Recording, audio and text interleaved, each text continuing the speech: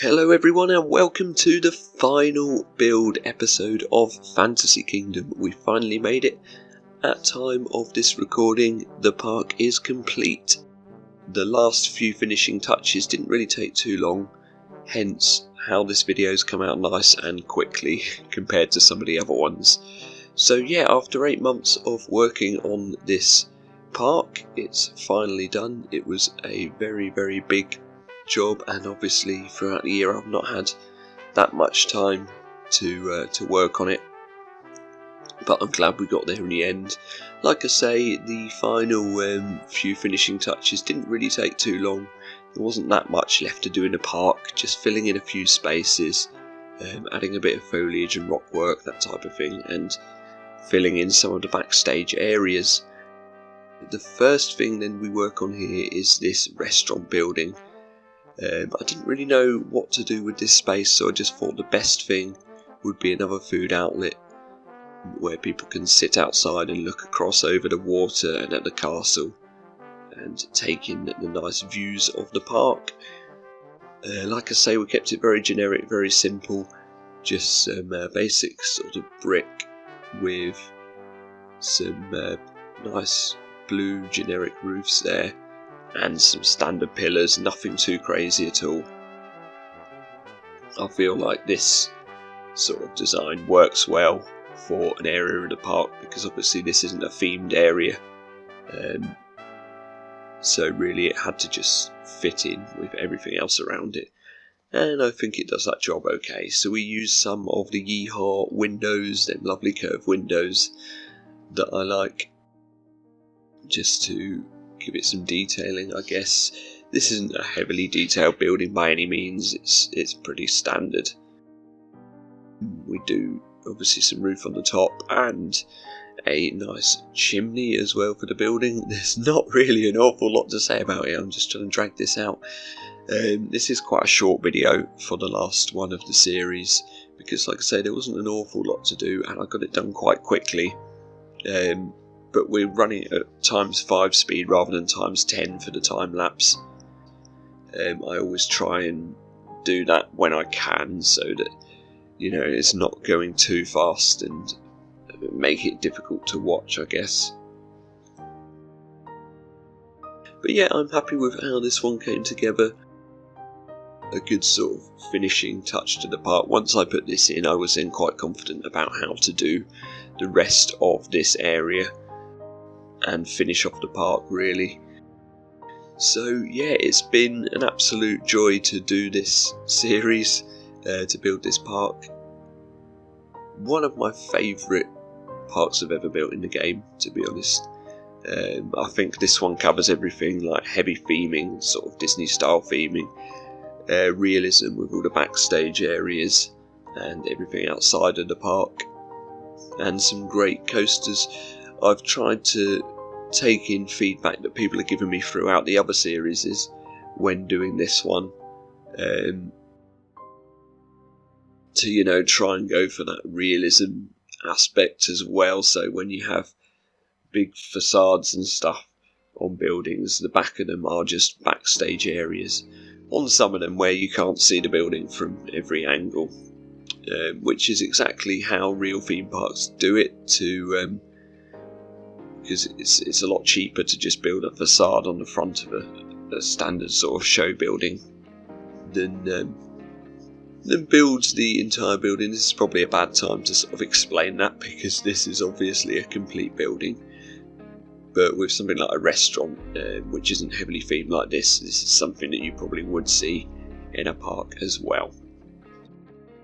So yeah, I think my coaster designing has improved throughout the build as well. And going forward, I will always try and make realistic coasters. Some of them in the Six Flags park I did before weren't the best. I do think that I've improved with my coaster building in this series, and we've got a good variety of coasters in the park. But when we do the final park tour, we'll obviously go through everything and yeah, visit every themed area of the park, talk about the different coasters and theming and the flat rides and everything else. and just give you my thoughts on how it all came together really. So we're just putting in the food stalls into this restaurant then, just very simple burger stall and a drink stall, the standard type of food that you would get in a theme park restaurant like this, and then just some pathing so that the guests can actually use it, of course. Ideally you want the depot building there to be attached to a backstage path for the staff, but there just wasn't the room in this one, so I just left it like that. Guests will probably complain about the haulers dragging crates around, but so be it. The park's finished now, so it doesn't matter to me. So I put some standard seating in. I'm not sure what mod this is from, but it's been around years. It's probably the Shy Guys or something like that. Apologies if that's wrong, but yeah, they're just a standard sort of dining tables and chairs there, and then we just put some lamps on to give it a nice nighttime lighting. This one actually looks quite good at night as well, this building, which you will see in the cinematics at the end as well.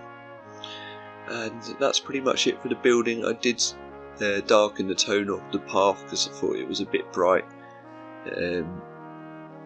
but yeah, other than that, the only really extra details we had here are a couple of plants. Like I say, I just don't think this building needed too much detailing. I just wanted to keep it quite generic.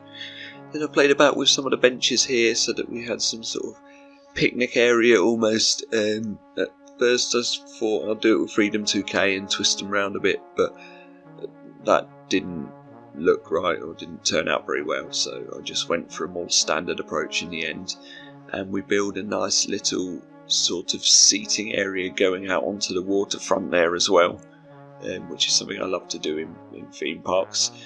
At this point I still had Freedom 2K turned on, so you can see the dramas I had there, where I didn't even realise to start with that it curved the fence down vertically by like 11 degrees or something, and it just didn't work, so I had to go back and delete that and do it again.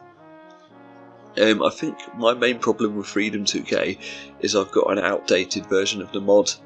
I got it on Discord maybe 2 months ago, which is probably the last time that I actually went on there, and it just doesn't give me the rotation tool, the dongle or whatever it is. That's definitely the wrong word, isn't it? Dongle. You know, the advanced move tool, the sort of one that you get that looks like the Planet Coaster one. I can't get that. It's not in my controls section, so I don't know if that's a newer version of the mod, so I might need to do a bit of searching about for that before I move on to the next build.